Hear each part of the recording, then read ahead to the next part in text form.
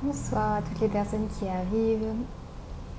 Je vous dis bonsoir. Chez moi, il est encore assez tôt, il est 13h. Mais je sais que chez vous, il est donc 20h. Je vais vous laisser un petit peu arriver. Ce soir, on va parler de voyage et on va parler de comment voyager en restant équilibré grâce à l'Ayurveda, mais pas seulement. Donc j'ai reçu quelques questions de votre part et j'ai aussi moi un petit programme que je vais suivre, donc ça va être en même temps je vous tourne la vidéo que j'aurais pu vous faire sur YouTube de manière classique, mais je trouve ça plus intéressant d'interagir directement avec vous. On va parler d'avion, on va parler d'alimentation, on va parler de mouvement, et vu que je suis en plein dedans, je me suis dit que ça pourrait être bien d'en parler maintenant. Donc, je vais commencer par parler de quel est l'effet du voyage sur le corps selon les doshas. Si vous ne connaissez pas les doshas, je vous invite à aller regarder le post, le blog, sur le blog, je vais y arriver. Sur mon site internet, je vous ai fait un post pour vous expliquer ce que sont les doshas. Il y aura une vidéo qui va bientôt arriver, mais je ne l'ai pas encore faite. Mais pour résumer, donc, nous sommes faits de 3 énergies. La première, c'est donc Vata, qui va être constituée d'air et d'éther et qui nous permet de bouger, de nous mettre en mouvement. Elle nous permet aussi de respirer, d'avoir un système nerveux qui fonctionne bien, puisque le système nerveux, c'est une information qui circule dans le corps.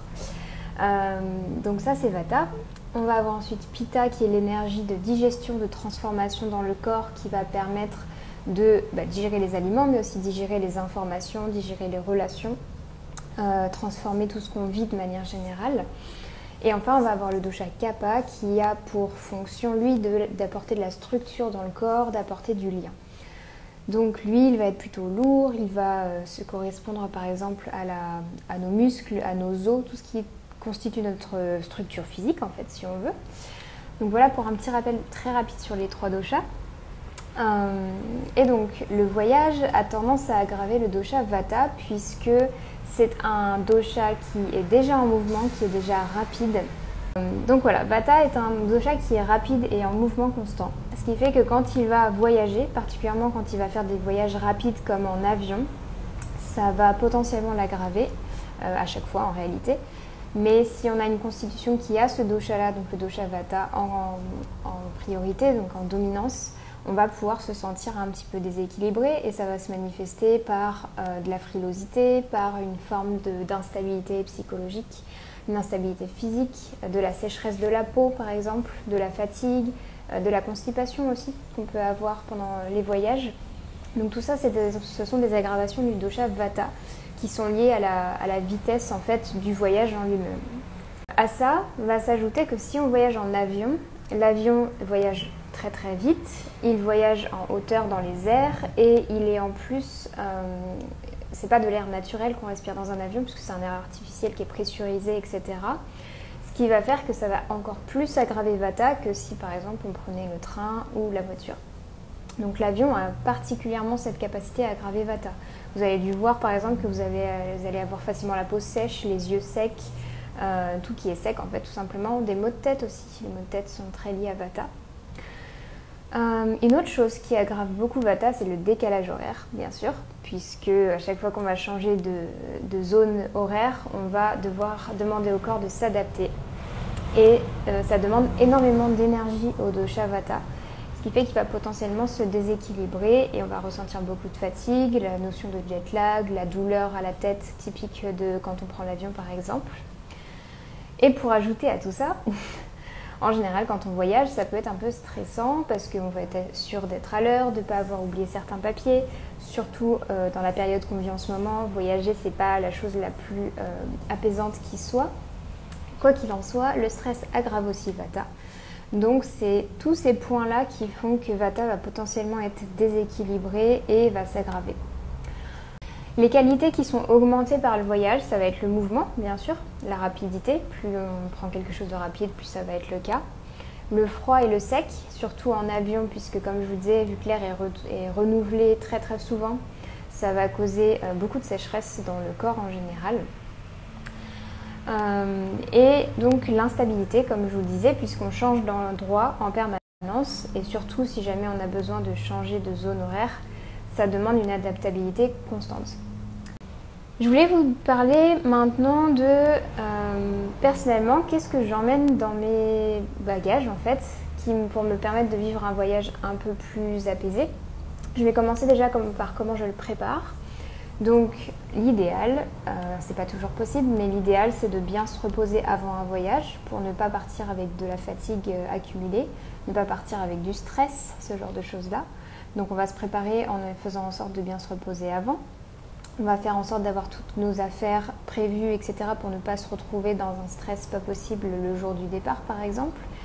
Mais ça, ce sont encore les règles générales, c'est toujours difficile à mettre en application. Et par rapport à ce qu'on emmène, personnellement j'aime beaucoup emmener des épices avec moi parce que c'est très facile à emmener, ça prend pas beaucoup de place, c'est pas à queue donc dans l'avion ça passe très bien. Donc avoir quelques épices avec soi c'est toujours intéressant tout simplement parce que ça permet une fois que vous êtes à destination ou pendant le voyage de les ajouter à vos repas et de mieux digérer parce que Vata a potentiellement des difficultés de digestion quand il est en voyage. Donc ça peut être intéressant de rajouter quelques épices. Et là vous allez avoir des épices qui sont adaptées pour chaque dosha. Donc le gingembre est très bien pour Vata par exemple, le cumin aussi. Pour Pitta on va pouvoir emmener de la coriandre par exemple ou encore du curcuma. Et pour Kapha on peut aller sur des épices plus fortes comme du piment, comme le gingembre est aussi très bien pour Kapha, le curcuma aussi. Kapha il peut se permettre à peu près toutes les épices, donc de toutes les manières. Voilà, si jamais vous avez besoin de trouver vos épices qui vous conviennent. Donc amener les épices, c'est très facile et c'est très pratique, surtout que ça peut être un peu compliqué à trouver en fonction de la destination dans laquelle vous allez. Une autre chose que j'aime emmener avec moi, c'est, je ne l'ai pas ici, mais c'est un neti-pot, donc un petit pot à lavement pour le nez, qu'on utilise dans le milieu du yoga notamment. Et j'en ai un de voyage en fait, en plastique très simple. J'en ai un beau en porcelaine, etc. que j'ai pour chez moi. Et j'en ai un en plastique que j'emmène à chaque fois que je vais en voyage. Tout simplement parce que potentiellement, déjà on va être potentiellement en ville, comme c'est mon cas actuellement. Donc ça peut être bien de se nettoyer le nez fréquemment. Ensuite parce que quand on a une accumulation de kapha, ça peut être bien aussi de pouvoir se nettoyer quand on a trop de mucus par exemple au niveau du nez, pour mieux respirer. Tout ça c'est bien amélioré par le lavage du nez, donc ça c'est quelque chose que j'emmène. Quelque chose que j'emmène aussi tout le temps, que j'ai quasiment toujours sur moi, que je sois en voyage ou pas d'ailleurs, ce sont des infusions. Parce que en Ayurveda on recommande beaucoup de boire chaud, particulièrement quand on voyage puisqu'on aggrave le dosha Vata qui est froid. Donc c'est très intéressant d'avoir toujours de quoi boire chaud et personnellement je n'ai aucun problème à boire de l'eau chaude toute simple. Mais ça peut être intéressant d'avoir quelques infusions avec soi. Parce qu'autant dire que dans les aéroports et les avions, à part éventuellement du thé à la menthe et du thé noir, on n'a pas une grande diversité de choix. Donc personnellement, j'aime bien amener mes propres infusions, tout simplement, dans des petits paquets pratiques que j'ai toujours sur moi. Et ça m'a sauvée plusieurs fois, ou plein de fois où on me propose un thé et je demande juste de l'eau chaude. Et ça surprend, mais en fait c'est très simple à faire. On emmène juste quelques petits sachets et ça sauve pas mal de fois. En tout cas moi ça m'a bien aidé. Et l'intérêt c'est que vous pouvez choisir les infusions qui vous conviennent vous. Donc si par exemple vous savez que vous souffrez plus de constipation ou si vous manquez de sommeil ou si vous avez des soucis de brûlure d'estomac par exemple, vous pouvez choisir les infusions qui vont vous accompagner pendant ce voyage. Donc ça c'est super bien. Donc j'ai parlé des épices, des infusions. Une autre chose que j'emmène toujours avec moi maintenant, depuis quelques mois, voire plus d'un an, ce sont des boules caisses, parce que mon sommeil est, comment dire, il n'a pas de prix. Je dors en général très bien, mais je suis assez sensible au bruit, donc j'aime bien pouvoir dormir correctement. Particulièrement en avion. L'avion c'est très très bruyant et ça peut vraiment déséquilibrer sur le long terme, surtout si on reste sur des vols de plusieurs heures, pas plusieurs dizaines d'heures, mais plus de 10 heures. Ça peut être très fatigant en fait d'avoir constamment ce bruit en fond, que ce soit par les autres passagers ou tout simplement le bruit de l'avion. Donc c'est quelque chose que j'aime beaucoup faire, emmener des boules caisses, que ce soit pour l'avion ou pour dormir à destination aussi. Par exemple ici, je les utilise toutes les nuits. Parce qu'il y a beaucoup de bruit. Et on sait qu'en Ayurveda, le sommeil, c'est une des plus belles ressources qu'on a pour se soigner, pour rester en équilibre. Donc c'est vraiment primordial de bien dormir. Et aussi pour se remettre du jet lag si jet lag il y a. Une autre chose que j'aime beaucoup emmener particulièrement en avion et avoir près de moi, c'est une écharpe, tout simplement parce que l'avion il peut vite faire froid à cause de l'air qui est renouvelé en permanence, et comme je vous disais, ça aggrave le dosha vata qui est déjà froid. Donc pour éviter ça, j'aime bien avoir quelque chose pour m'enrouler tout simplement, que ce soit au niveau de la tête, au niveau du cou, et ne pas avoir froid. Vous avez certaines compagnies aériennes qui vous proposent parfois des petites couvertures, etc., ce qui est génial, mais ce n'est pas toujours le cas. Donc j'aime bien toujours avoir quelque chose pour me couvrir, pour ne pas, en plus du stress du voyage, attraper froid, ce qui serait très dommage. Et une autre chose qui est un peu plus, comment dire, on n'a pas l'habitude, et moi c'est quelque chose que je fais depuis assez récemment, enfin quelques mois maintenant, mais j'aime bien toujours avoir avec moi de quoi reconstituer un hôtel.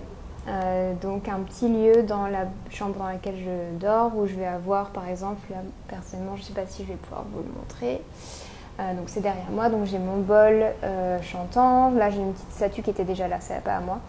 Je vais avoir des cartes, mais je vous ai posé dessus pour pouvoir être plus élevé. Des cartes d'oracle que j'aime bien utiliser, un carnet, des pierres, mes bracelets ou des malas aussi que je fais. Donc j'aime bien pouvoir reconstituer un petit hôtel comme ça parce que en Vastu notamment, donc qui est la science sacrée de l'aménagement des lieux, qui est védique, on va conseiller toujours d'avoir un lieu dans lequel on peut se recueillir, on peut avoir une forme de dévotion, peu importe la forme que ça prend d'ailleurs. Et en fait j'aime beaucoup avoir ça, déjà pour se sentir un peu chez soi là où on va être, et pour avoir toujours ce fond de quand on veut avoir une pratique spirituelle au quotidien, je trouve que ça aide d'avoir ce rappel là dans la pièce dans laquelle on est. Donc voilà, c'était un élément un petit peu plus peu courant qu'on peut avoir en voyage.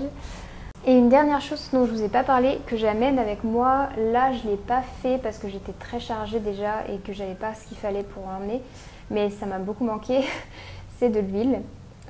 Tout simplement pour la même raison que tout à l'heure, qui est que le dosha vata s'aggrave pendant le voyage et le dosha vata est sec. Donc il bénéficie beaucoup d'avoir de l'huile, que ce soit sur la peau ou dans le nez, dans la bouche. Vous savez que l'Ayurveda aime mettre de l'huile un petit peu partout. Et on va en parler un petit peu après dans les recommandations. Mais j'aime bien avoir une petite bouteille ou un petit pot avec de l'huile pour en mettre notamment soit sur mes mains, soit dans les narines pour éviter que ça s'assèche à cause de l'air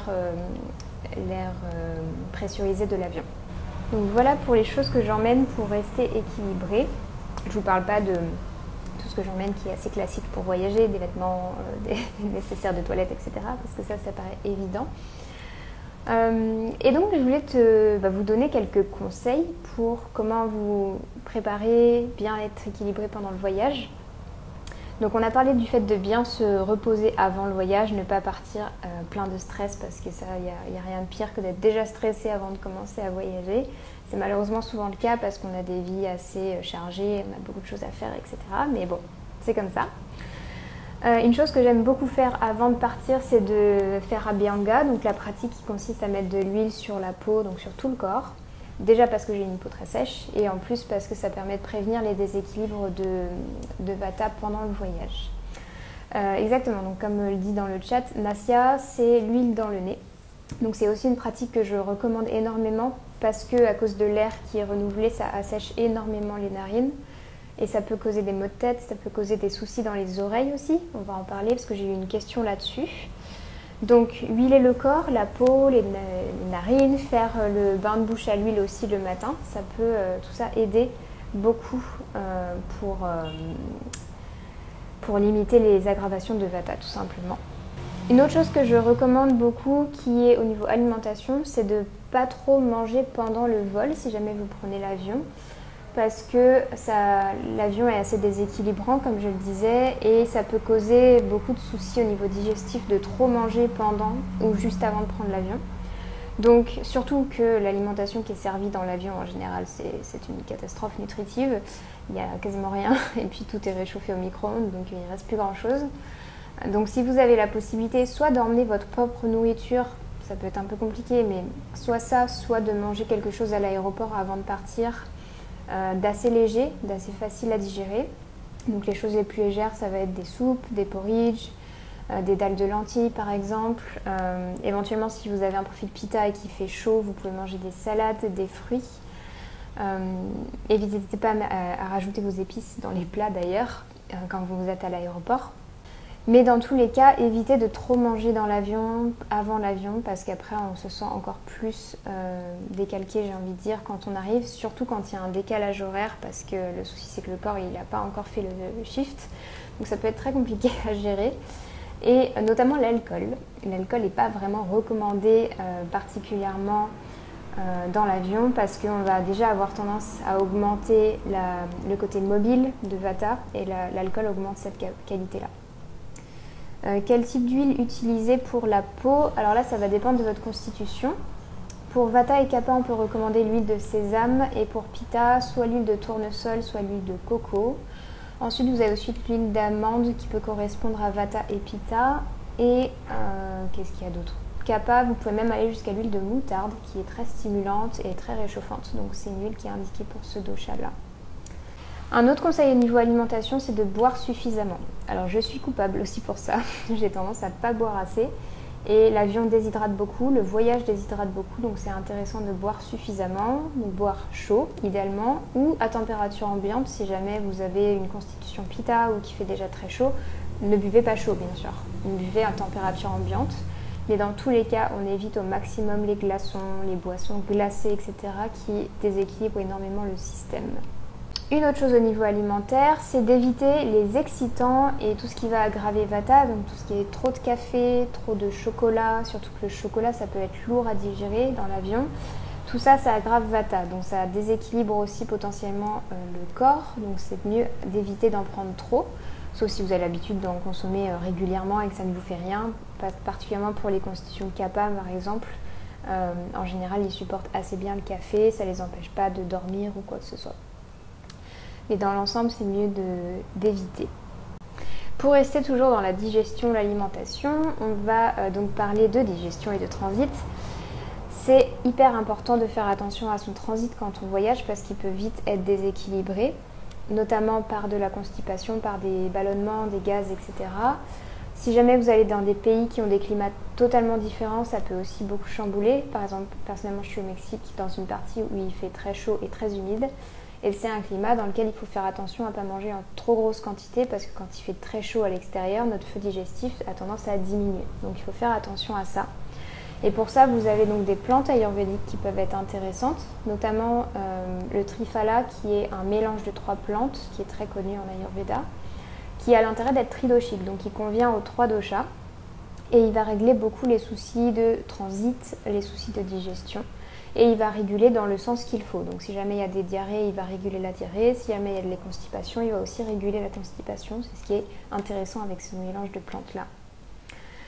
Une autre chose pour prendre soin de son transit quand on voyage, c'est de se reposer suffisamment, mais aussi d'ajouter du mouvement. Donc personnellement, ce que je recommande beaucoup, c'est dans l'avion, éviter tout ce qui est stimulation psychologique et mentale comme les écrans. C'est une des seules choses qu'on fait dans l'avion parce qu'on s'ennuie un peu, manger et regarder la télé. Mais pourtant c'est assez déséquilibrant, ça aggrave Vata toujours et Pitta parce que Pitta est sensible à la lumière, donc au niveau des yeux. C'est pour ça qu'on a beaucoup les yeux rouges notamment quand on prend l'avion beaucoup ou qu'on voyage. Donc il faut en profiter pour se reposer et en même temps il faut ajouter du mouvement physique dans le corps pour éviter les stagnations, éviter les jambes lourdes, éviter de se sentir tout congestionné, etc. en sortant de l'avion ou sortant du train. Donc ce que je recommande quand il y a des trajets de très longue durée, plusieurs heures, c'est régulièrement de se forcer à se lever. Vous pouvez combiner deux conseils en même temps qui sont de boire beaucoup et de vous lever beaucoup parce que si vous buvez beaucoup, vous allez beaucoup aux toilettes. Et donc ça peut être une stimulation pour bouger en fait régulièrement parce que sinon on a vite fait de rester des heures littéralement assis d'une manière qui n'est pas du tout physiologique. D'ailleurs, quand vous arrivez à destination, en fonction de votre niveau d'énergie, vous allez pouvoir vous reposer, mais c'est important aussi de bouger, donc marcher, faire quelques mouvements. Personnellement, j'aime beaucoup faire du yoga en arrivant. Pour passer d'ailleurs à ce conseil-là, personnellement, je fais du yoga à peu près partout. Il y a une période où j'avais même des élastiques avec moi pour faire un petit peu de renforcement musculaire quand j'attendais l'avion parce que j'avais plusieurs heures d'attente. Et en fait, je me mettais dans un coin de l'aéroport où il n'y avait pas grand monde. Et je mettais mon petit matelas de voyage, c'est pas mon matelas, mon tapis de voyage. J'ai un tout petit tapis très fin que j'étendais par terre et je me faisais des petits mouvements, quelques mouvements de renforcement, du yoga, etc.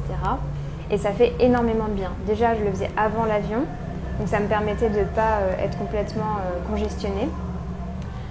Et de le faire après, une fois qu'on arrive à destination, ça aide beaucoup à réenclencher tout le métabolisme, tout le système de manière générale. Donc dès que vous avez la possibilité, faites des étirements, même dans l'avion. Personnellement, je suis toujours en train de m'étirer sur les côtés, d'ailleurs ça craque. M'étirer sur les côtés, faire des torsions, me plier en avant, etc. N'hésitez pas à bouger. On va avoir un peu peur du regard des autres, etc. Mais au final, on ne va pas les revoir, ces personnes en principe. Et vous vous sentirez bien mieux pour votre trajet. Donc moi personnellement j'ai plus aucune peur à m'accroupir, faire des étirements, des torsions, même quand je suis dans des endroits où il y a beaucoup de monde, parce que c'est que comme ça que je me sens bien ensuite dans mon corps en voyage. Donc n'hésitez pas à ajouter du mouvement. Donc on a parlé d'éviter les écrans aussi pour la raison que ça stimule énormément les yeux et le système nerveux et que c'est très fatigant. Et je voulais vous parler aussi de vous caler sur l'horaire de destination. Donc si vous avez un décalage horaire qui est plus ou moins grand, l'idéal c'est dès que vous êtes dans l'avion ou dès que vous partez de votre pays d'origine, de tout de suite vous familiariser avec l'horaire d'arrivée. Donc bien sûr si vous partez le soir et que vous êtes fatigué, vous allez dormir dans l'avion malgré le fait que vous allez être en décalage. Mais c'est quand même mieux de se caler sur les horaires du pays de destination le plus rapidement possible pour que notre système s'habitue tout de suite au changement d'horaire. Parce que ça peut prendre quelques jours, pour certains jusqu'à une semaine, donc ça peut être un peu déstabilisant au début.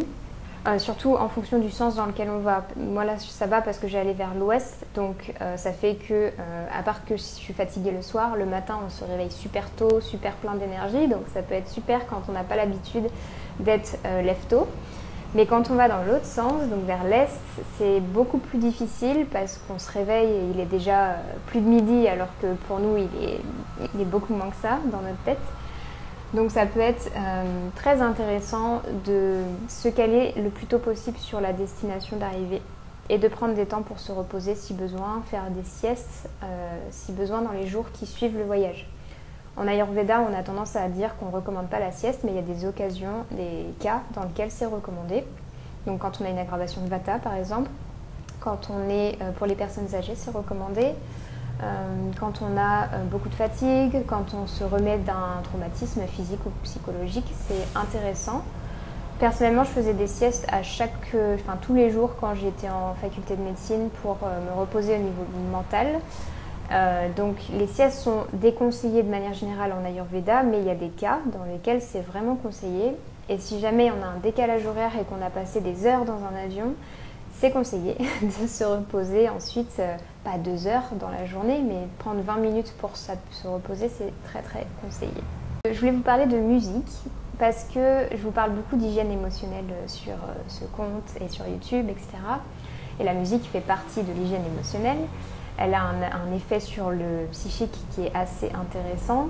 Et si jamais vous sentez que vous êtes très stressé par un voyage, que oui, ça vous apporte beaucoup d'agitation mentale, etc., utilisez la musique parce que c'est quelque chose qui est pratique à emmener, qui est facile à avoir sur soi.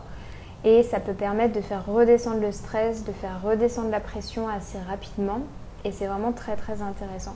Donc n'hésitez pas à utiliser toutes les choses qui vous font du bien. Je sais que j'ai des patients, des clients qui aiment beaucoup les huiles essentielles. Donc avoir quelque chose qui va les ramener, les ancrer au niveau de l'odorat. Si c'est votre cas, n'hésitez pas aussi à avoir des choses qui vous font du bien par rapport à ça. Qu'est-ce qu'il pourrait y avoir d'autre ? Le fait de se masser, bien sûr. Après, c'est plus compliqué dans l'avion, à part vous faire les pieds, les mains et le visage, ce qui est déjà très très bien. Ça peut être plus difficile. As-tu des astuces pour ne pas avoir mal aux oreilles ? Alors, il y a l'astuce classique du chewing-gum. Bon, maintenant, c'est pas recommandé selon l'Ayurveda de mâcher en permanence du chewing-gum parce que ça stimule la digestion, mais en fait, il n'y a rien qui arrive derrière.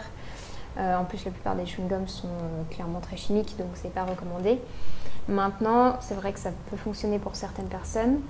Une chose qui peut arriver si jamais vous avez du Vata en dominance, Vata il peut facilement avoir des douleurs au niveau de la tête et au niveau des organes des sens. C'est pour ça qu'on met de l'huile dans le nez, dans la bouche, etc.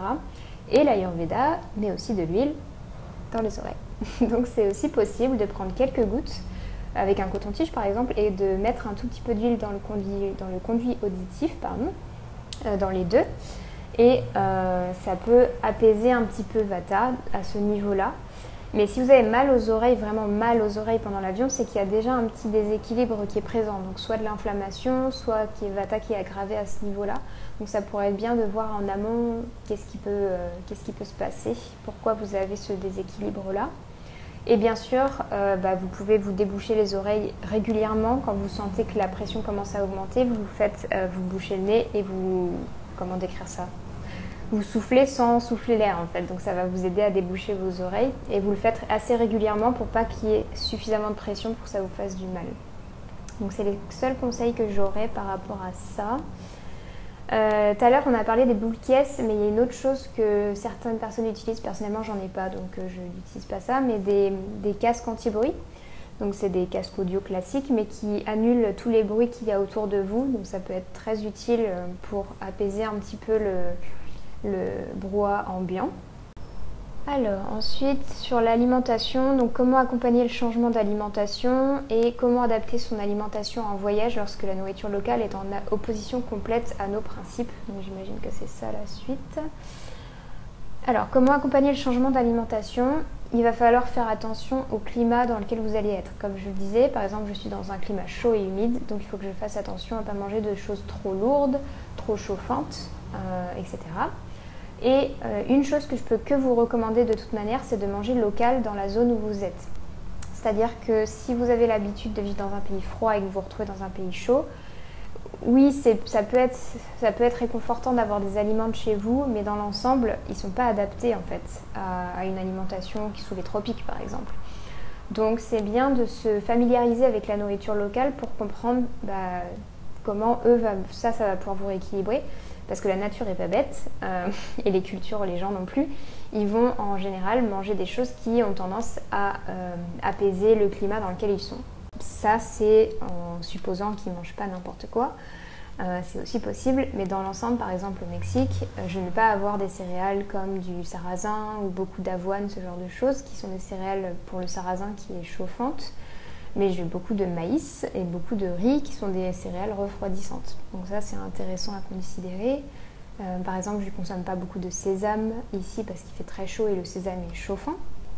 Mais on va pouvoir utiliser un peu plus de coco, de l'eau de coco, du lait de coco, ce genre de choses-là qui sont très agréables, de l'avocat qui rafraîchissent aussi. Donc renseignez-vous sur la nourriture locale et essayez de manger aussi local pour tout simplement rester en adéquation avec le climat dans lequel vous êtes.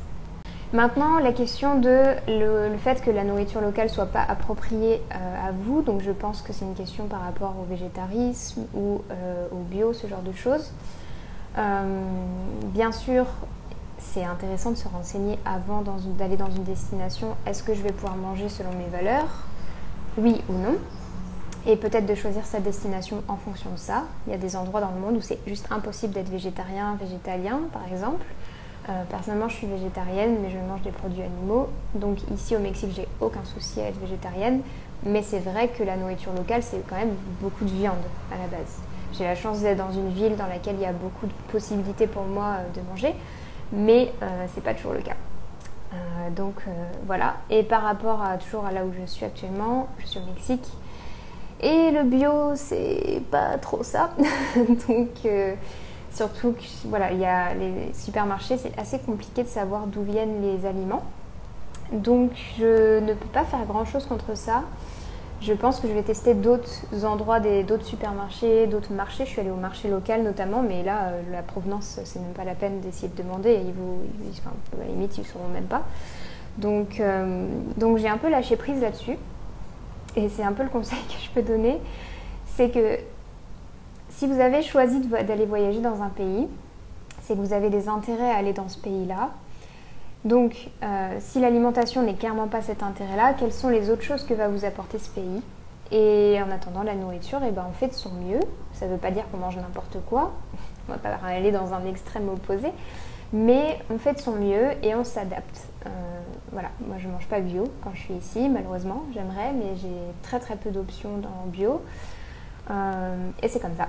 Et je l'accepte parce que ce pays a beaucoup d'autres choses à m'offrir. Et à côté de ça, je fais attention par contre à mon hygiène de vie. Je fais attention à... Bon, déjà, je transpire énormément à cause de la chaleur, donc il y a aussi une partie des toxines qui est évacuée comme ça. Donc c'est un global en fait. Il ne faut pas voir que l'alimentation là-dedans. Mais c'est sûr que si vous avez des restrictions ou que vous avez des convictions particulières, c'est mieux de se renseigner avant d'aller dans le pays. Et même pas que à l'échelle du pays, la ville particulièrement. Parce que le Mexique en général, c'est pas du tout un pays végétarien, ils consomment de la viande ou du poisson tout le temps. Mais dans la ville où je suis, c'est une ville où il y a quand même pas mal de touristes, où il y a pas mal d'allées et venues. Donc il y a beaucoup d'options végétariennes, même si aussi dans l'alimentation mexicaine, il y a beaucoup de plats qui ne comprennent pas de viande ou alors c'est très facile à remplacer. Donc voilà, pour répondre à cette question, j'espère que c'était clair. Mais en effet, ça peut être compliqué dans certains pays d'assumer ses convictions au niveau alimentation ou des choix qu'on a fait pour notre santé si jamais on n'a pas ce qu'il faut. Personnellement, j'ai aussi emmené certaines plantes ayurvédiques que je prends, des plantes pour diminuer Pitta notamment, parce qu'avec toute la chaleur, etc., ça peut être intéressant. Mais là, je vous recommande de consulter quelqu'un pour ça, parce que l'automédication n'est pas recommandée du tout.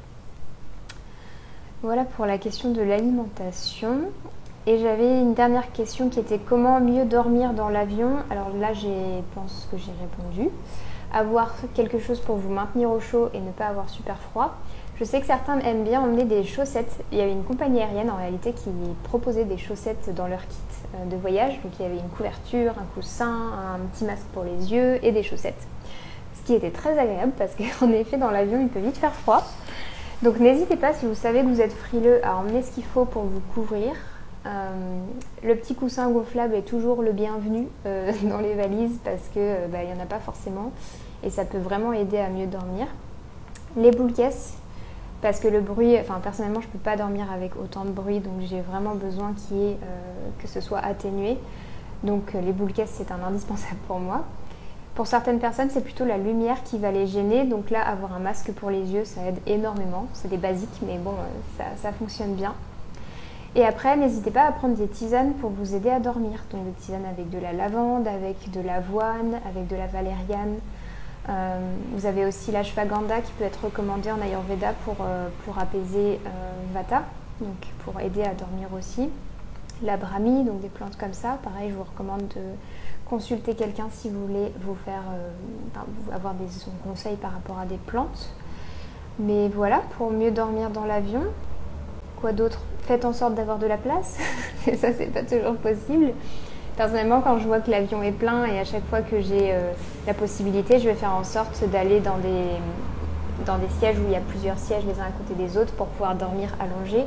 Parce que j'ai beaucoup de mal à dormir assise. Donc je peux que vous encourager à essayer de trouver des places vides, mais ça malheureusement c'est très aléatoire, ça va beaucoup dépendre des vols, de l'avion que vous prenez, etc. Mais voilà, pour mieux dormir et tous les conseils que je vous ai donnés sur l'oléation, donc mettre de l'huile sur la peau, dans le nez, dans les oreilles, ça va aussi calmer Vata, donc apaiser le mental et vous aider à dormir. Et éviter les écrans, éviter le trop de lumière, etc. Ça aide à dormir aussi. Voilà, je crois que j'ai répondu à toutes les questions. Je vous remercie beaucoup d'avoir été présente pendant ce live et j'espère que ça vous aura plu. Je vous dis à très bientôt. On se retrouve dimanche pour une conférence sur la rentrée et comment passer ce moment de manière plus équilibrée. Beaucoup d'entre vous m'ont dit que vous vous sentiez vraiment pas bien à l'arrivée de l'automne, que ce soit de la déprime ou un sentiment de stress qui monte, de l'anxiété, etc. Donc si c'est votre cas, n'hésitez pas à rejoindre la conférence parce qu'on va vraiment aller profondément dans ces sujets-là. On va parler d'Ayurveda bien sûr, on va parler d'astrologie, ça va être très intéressant. On va parler de symbolisme parce que c'est un sujet qui me parle beaucoup. Et on va beaucoup parler de psychologie, de comment gérer ses émotions, des émotions qui peuvent être très désagréables à l'arrivée de l'automne, des peurs, ce genre de choses-là. Et on va les décortiquer un peu ensemble pour voir ce qui est possible de faire. Donc c'est pas seulement des conseils ayurvédiques, c'est vraiment quelque chose de très complet. Et en plus, vu que c'est du live, on pourra interagir. Donc je vais répondre à vos questions en live s'il y en a. Donc voilà, j'ai très hâte de vous retrouver. Vous avez le lien pour cette conférence dans ma description, donc dans ma bio sur Instagram. Et si jamais vous ne le trouvez pas, vous pouvez toujours m'envoyer un petit message en message privé, en DM. Et je vous envoie le lien pour vous inscrire. Vous aurez tout le programme aussi sur la page d'inscription. Voilà, ce sera tout pour moi. Je vous souhaite une très très belle soirée du coup, vu qu'il commence à être tard chez vous. Et je vous dis à très bientôt pour de nouveaux partages sur l'Ayurveda, l'astrologie, etc. Au revoir.